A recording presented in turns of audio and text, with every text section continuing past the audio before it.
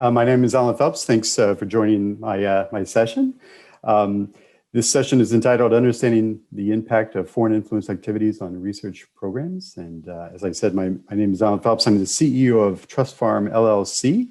We're an advisory firm on insider threat management programs and insider threat management as a service. And wanted to walk through a very important topic known as the foreign influence and how that impacts research programs. And honestly, it impacts any company or organization that has proprietary information.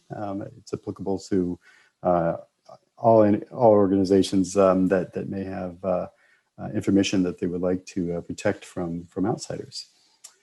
As I start off, I wanted to share with you a really important metric, which is the 5%. We call it the 5% rule. And that means, based on our experience of 2,500 insider threat investigations where foreign influence was involved, 5% of the employee population of that organization was working for the best interest of themselves or in the best interest of someone else. And what that means is not that 5% of your employee population is bad. It just means that based on the metrics, if you're trying to identify the scope and scale of your insider threat problem, 5% is a good number. Now, there are different levels of insider threat, insider risk to that 5%. It ranges from individuals just looking naturally for another job, and they may be looking to join a competitor. And in that case, that is less severe or risky than someone that's actually working for a foreign adversary, for example, to actively steal proprietary information, including your trade secrets. But 5% is a good number. We always hear and are asked how big is this problem? And in our estimate, based on our experience in investigations, is that 5% of the population in any organization is thinking about the best interests of someone else. So today we'll talk about some three major objectives that we want to accomplish and leave with you. The first one being, as you can see on the screen, what are foreign influence activities? It's always good to understand the definition of and have a level set on what a foreign influence is and how we use it in our work and how you can reference it in yours, and why you should consider it as part of your threat landscape for your organization. The second key lesson and objective that we'll discuss is really understanding how the global talents recruitment programs, such as the Chinese 1,000 talent programs that you've probably have already heard about. We'll talk about how global talent recruitment programs, as an example of a foreign influence threat activity, can impact research integrity and research security and generally information security in general terms. And then we'll talk about how you actually apply that threat information, that understanding of the foreign influence threat, and what are some of the best practices that your individual organization can put into place in order to mitigate those type of risks, including the foreign influence risk, and what you can do to reduce your overall risk at the organizational level. So there's some things that you could do from a policy and procedure standpoint, and just employee contractor education to help mitigate that risk. So I always like to start off with a definition of foreign influence activities. As you know, foreign influence has been bantered around the news media and others, almost always related recently to elections and other political issues around at least in the United States. But foreign influence is really any formal or informal program, a project or initiative that's either sponsored openly or overtly, or covertly or secretly by a government-backed institutions. And what makes them, the reason they're called foreign influence from our perspective is that they're designed to target, assess, recruit, and exploit insiders, right? These programs are designed, and these activities are designed to compromise security controls and compliance controls in order to gain unauthorized access to proprietary or classified or even trade secrets or intellectual property research materials and most often other personnel within the organization. So foreign influence activity is any formal or informal initiative or attack on your organization in order to compromise the human being, and that's how we define it. There are, I'm sure, government agencies around the world can have their own definitions, but just so that we're all on the same page, foreign influence activities, when we refer to them as an organized approach or initiative to compromise your research.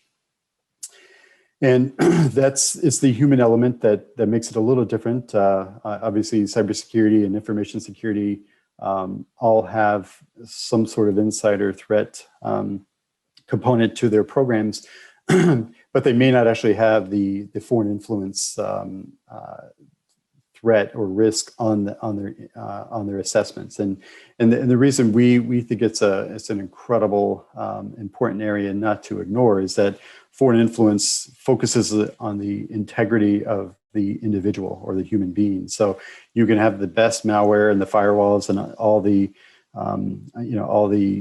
cybersecurity and IT infrastructure to prevent things like malware, but the risk, of course, is if you have an individual that has authorized access to your systems, you can actually be defeated and be compromised via those employee actions. And so we would, part of the takeaway here is to make sure that you have considered foreign influence and appreciate and understand how individual employees and contractors and supply chain partners, external partners, can impact your overall readiness to protect your information assets.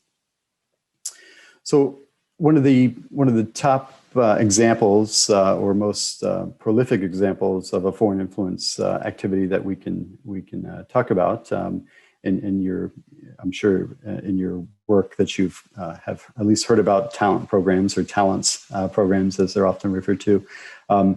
We use the phrase global talents recruitment program as to encompass all those areas around this idea of recruiting the individual to do another job outside of their current employment.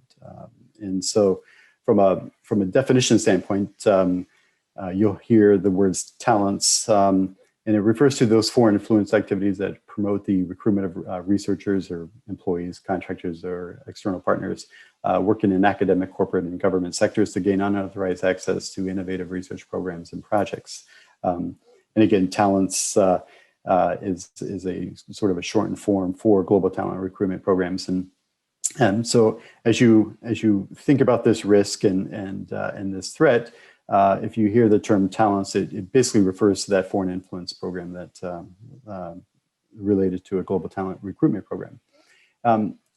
Talent programs are of interest and should be on your risk radar, primarily because of the invisible hand, often the invisible hand that sponsors them. And so through our analysis of hundreds of talent recruitment incidents where an individual, a trusted individual with access to research assets or information assets get involved, they get involved with an initiative of foreign influence activity.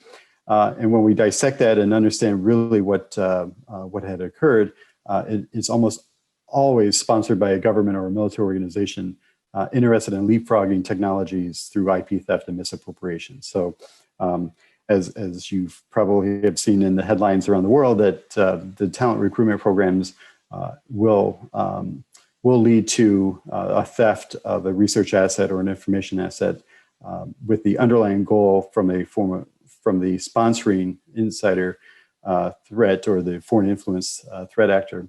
The ultimate goal is to leapfrog in that technology. And that's an important key takeaway, because it's understanding the motivation behind certain programs will help you identify what's behind it, and so you're not. It's a little different from a typical insider threat where you're worried about sabotage or something at the local level. If you have a government or a military organization coaching and directing those activities of the insider, you are really up against the nation state, and that requires some additional help and expertise and resources. But I wanted to walk you through, because our analysis, and again, we've done, excuse me, we've done hundreds of these investigations related to foreign influence activities, specifically related to the talent recruitment programs. And we've come to the conclusion that there is a predictable life cycle or process related to the global talent recruitment program. And as a recruitment process, as you can see, there is a step-by-step sort of playbook that we've identified, and oftentimes the tactics can change, but for the most part, there's a predictable pattern of behavior that we've uncovered and through our investigations and analysis of managing these incidents for organizations across research platforms, corporate, academic, and federal government, and just kind of walk you through what that looks like. So, if we consider the nation state interest in leapfrogging technology, it starts with understanding how the intelligence cycle works, and the intelligence cycle starts with an understanding of gaps. And so, the nation state or the foreign government or foreign military organization identifies gaps in their own capabilities, whether it's a military modernization or some sort of economic interest that they're trying to advance. And when you identify those gaps, what the nation state or the government is trying to do is determine what they're missing in order to meet the strategic goals of their country or their politicians or whoever is actually making the decisions on where they want to go as a nation state. And so that initial first step is to identify the technology that needs to be identified and determine, what technologies will fill those gaps in their own domestic programs. And then what makes the talent recruitment programs work and so effective is that then these foreign governments, these nation states, will put incentives attached to the targeted technology. And so what that means is you'll see governments like China and Russia and others that know that they have gaps in technology, and then they incentivize basically the collection of information or details or information in order to close those gaps. And so they'll put usually dollar figures associated with the bounty to collect those the targeted technology, and that allows multiple groups from a nation state. So when you think of a foreign influence activity, you can see different types of threat actors coming at you. So you can have academics coming at you. You can have corporations working on behalf of a nation state, including even military organizations, as we saw in the United States, targeting technology sectors in order to gain access to that information that they need to fill their gaps. Once the incentives have been identified, the nation state typically then pushes that out to their constituents, as it were, and the call goes out to say, if you are in a position to collect this technology, we would encourage you to do so. And if you're successful in doing that, we will then reward you with a financial incentive package and benefits, and we'll talk about that. Once the incentives have been broadcasted and tasked out to the various information collection teams, formally and informally, then the hunt for who actually has that technology in the United States and Western Europe and wherever in the world actually occurs. And so there's an analysis that's done at the nation state level and those organizations that are tasked to collect the information to start looking at corporations, universities, government sector, military sector, look for the supply chain, partners in the supply chain, companies that are involved in supply chains, the universities that are involved in research, both basic and fundamental and applied research. And the idea there is to identify organizations that actually have the technology being sought.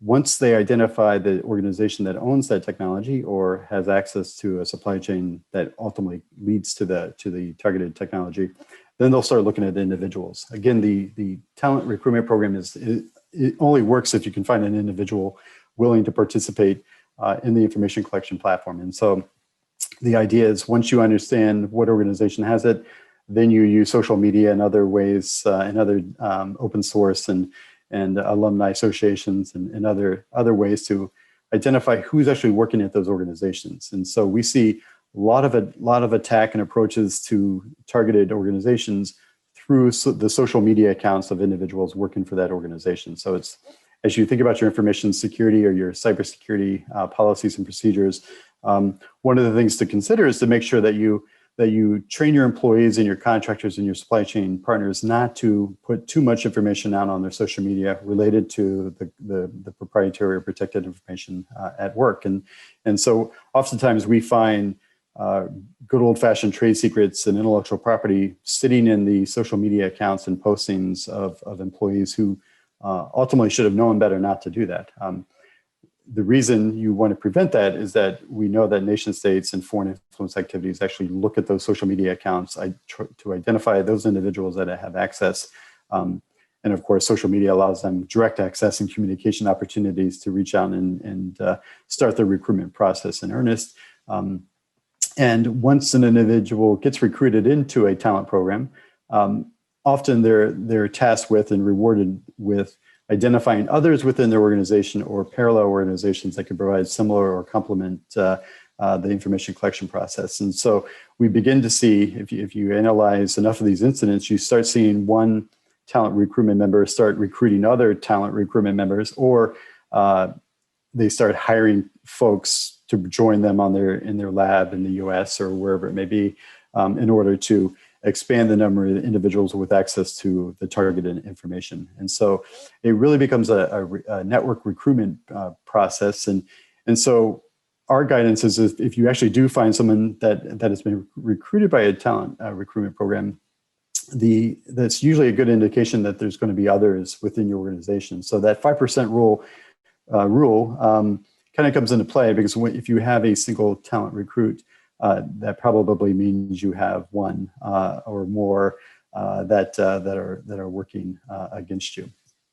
And of course, the reason we all care about, or as risk managers, you should care about a talent recruitment program is that it almost always leads to a trade secret theft or an intellectual property misappropriation.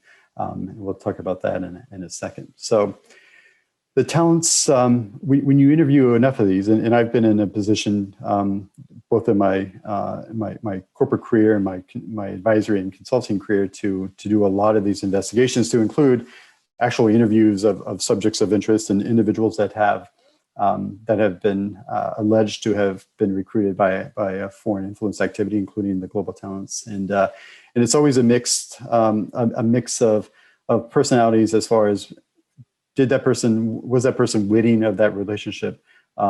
Certainly they knew that they had a part-time job or co-employment, but oftentimes they are the subject of interest, or the person that has been recruited is kind of shocked when you have to explain to them that they've been exploited by a foreign talent program. Now, looking for designing your cybersecurity, your information security program to look for talent programs is important. But identifying somebody that has a talent recruitment platform affiliation is just the beginning. We care about participation in the talents program because of what our experience has taught us, is that if you have a global talent recruit working for you, that typically means that they have mishandled the proprietary information that your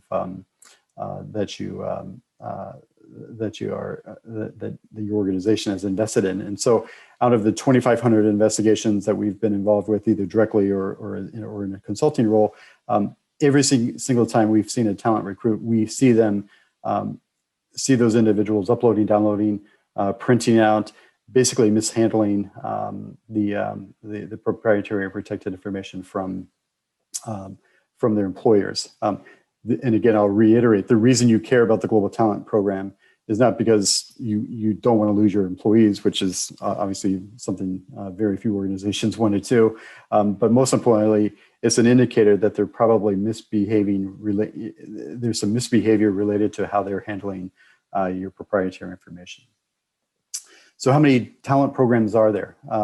We estimate there are roughly 3,000, primarily because of, if you recall the diagram on the life cycle.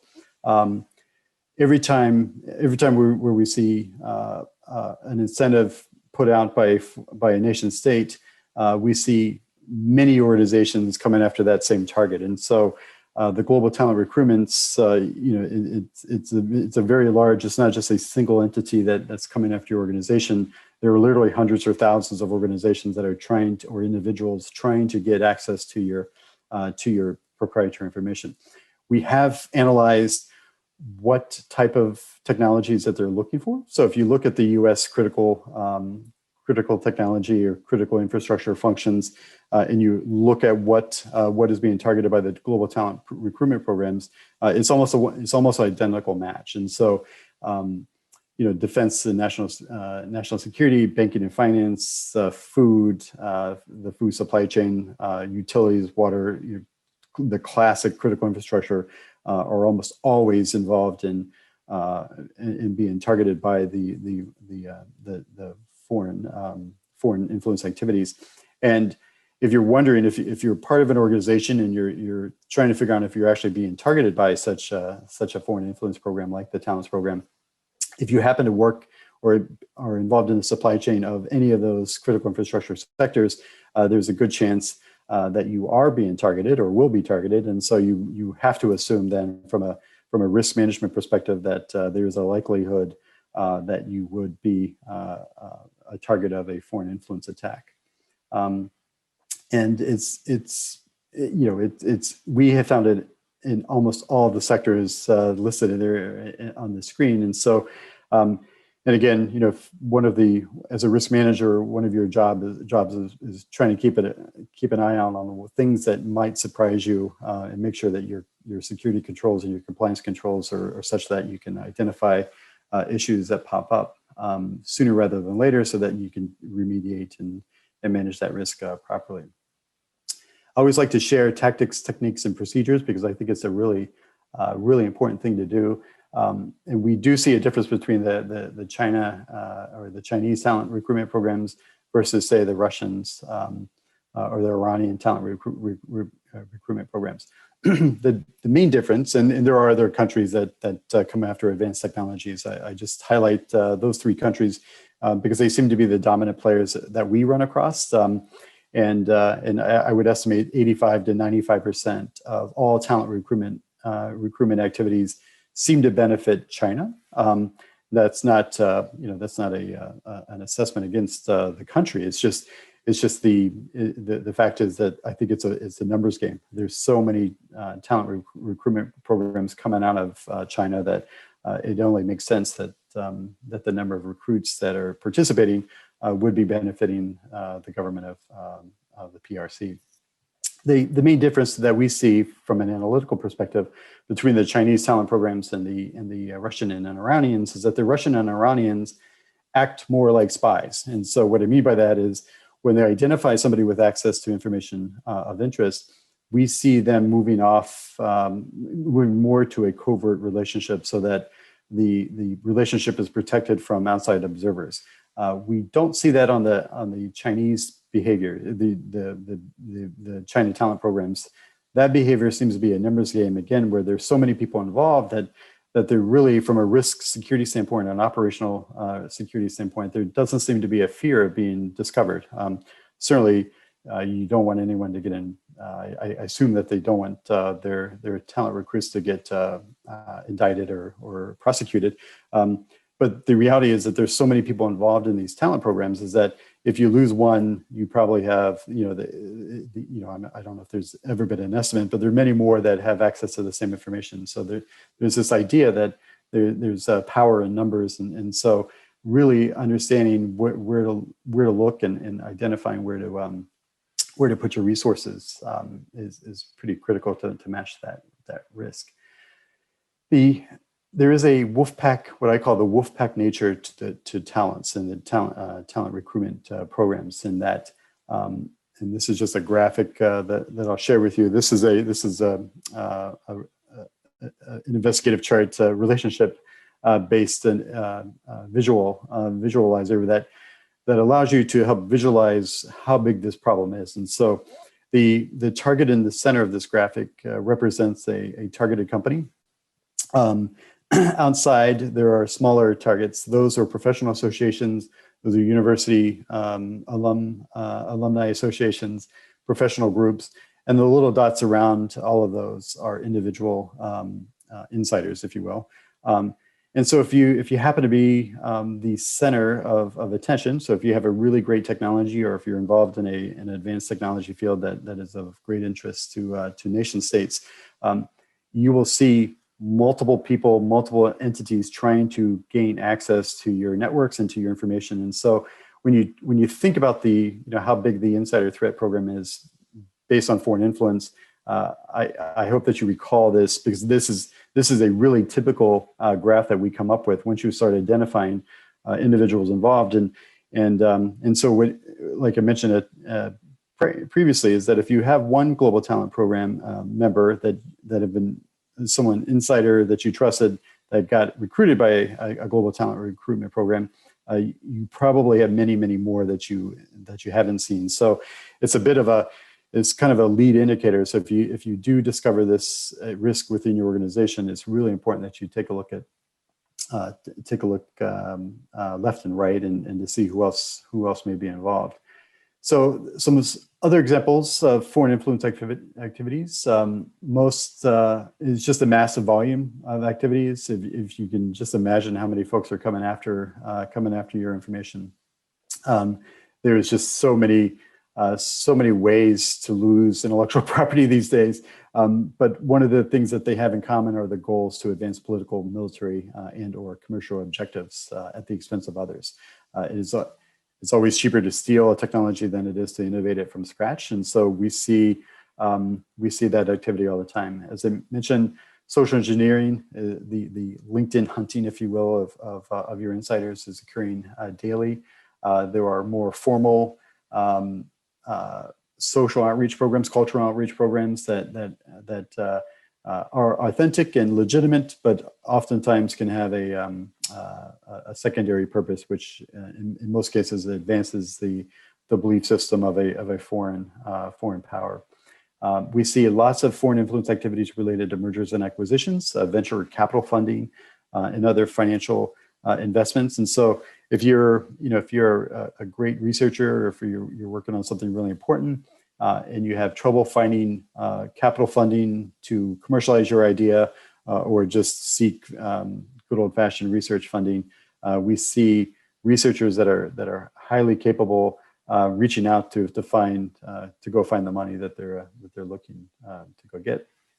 And then another type of foreign influence activity that we see is what we refer to as innovation competitions, where there is basically an open call, casting call for anybody that has a good idea or has access to proprietary information. You bring that idea to these competitive platforms. You basically make a pitch for the capital or for the investment.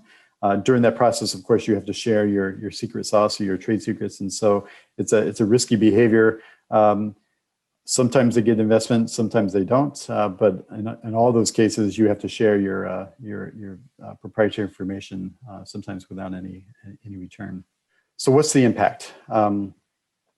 As you can imagine, the misuse, loss, theft, and misappropriation of IP assets can be harmful.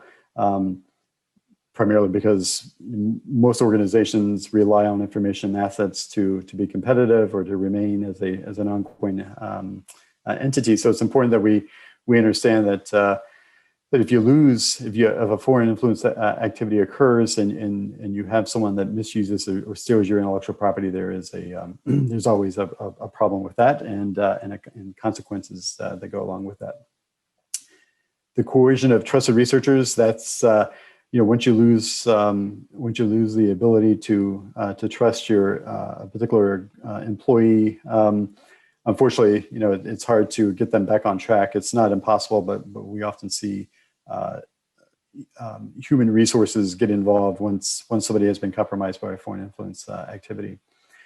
The compromise of your controls is probably the biggest thing, for the attendees in this. And so you can work really hard and have a great security controls and integrity standards. But if an individual decides to participate in a foreign influence activity, all that can go out the window. And there are consequences not only for that individual, but also the employer, right? So your organization can actually, if you have research agreements and compliance agreements and with the government or partners, if you have an insider that breaches those terms and conditions, the organization itself can actually be in jeopardy. We almost always see a violation of compliance policies, and of course the non-disclosure of foreign research, either relationships or the funding is an issue related around this idea of conflict of interest and conflict of commitment. And so if you do have somebody involved, either an employee or a contractor that gets involved in one of these foreign influence activities, then it almost always results in a compliance investigation. And there's things that happen after you get once you go into the remediation mode. Excuse me. You'll have to there are decisions related to what to do about it once you find it and you assess how bad the impact was. So how would you apply this? How do you apply this mitigation effort, if you will, and apply some best practices to your organization? We recommend, because we focus on research organizations, we recommend implementing a research security management program. Of course, even if you don't have a hardcore research capability, you can call your program Insider Threat Management Program, IP Protection, Intellectual Property Protection Program.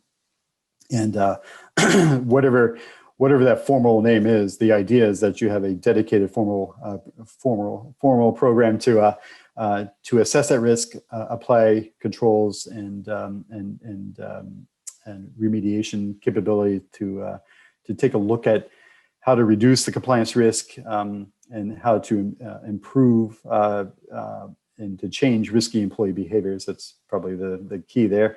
And establish the governance framework in order to ensure that risk management process is there and it integrates with all the other controls and compliance policies and procedures that you have. And so it does take a dedicated effort in order to plug in a research security management program or an insider threat management program, because it runs across all functions within a business.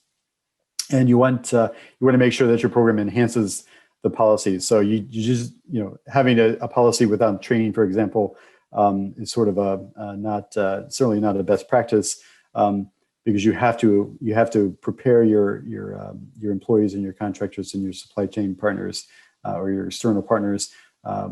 You want to prepare them to actually identify when a risk or a threat comes into their world and take the appropriate action so that they do not compromise themselves or, most importantly, the organization for which they work for.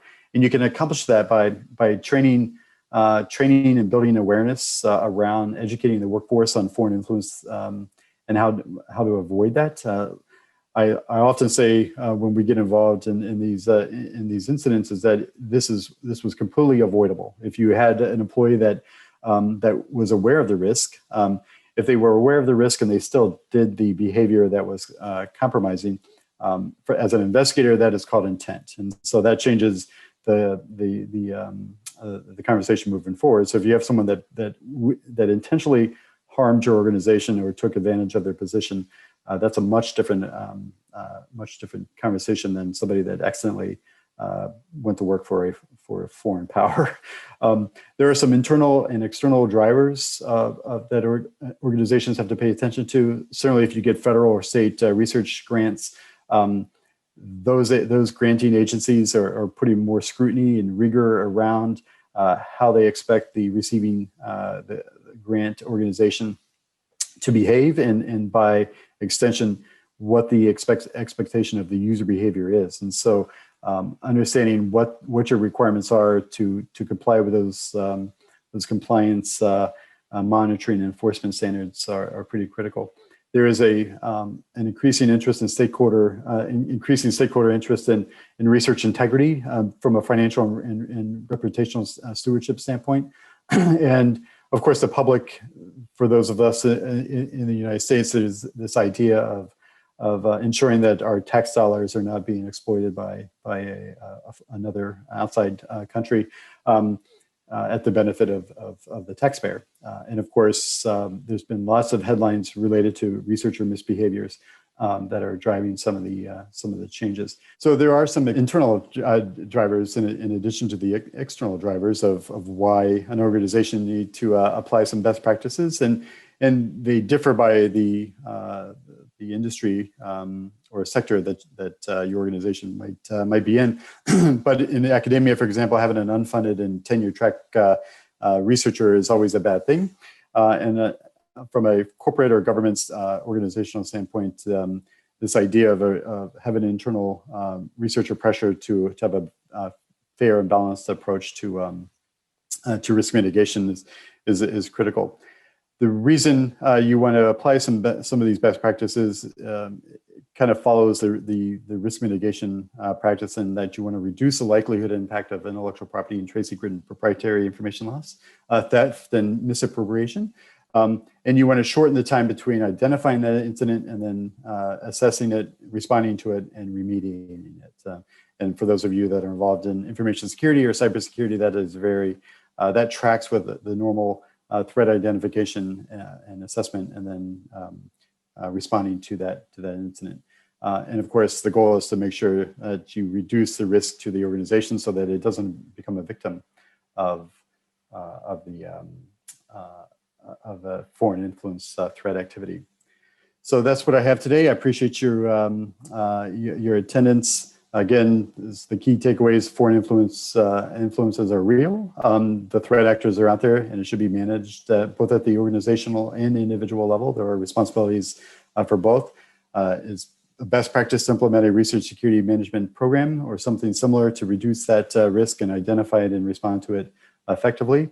And the idea is that if you improve your risk controls and your security controls, this is a manageable threat. Understanding how your employees, contractors, and others involved in your organization can participate in foreign influence attacks, educating them to not get involved in things like the global talent recruitment programs is critical. So thank you very much for your time. I appreciate your attention. Enjoy the rest of the RSA conference, and thanks for calling.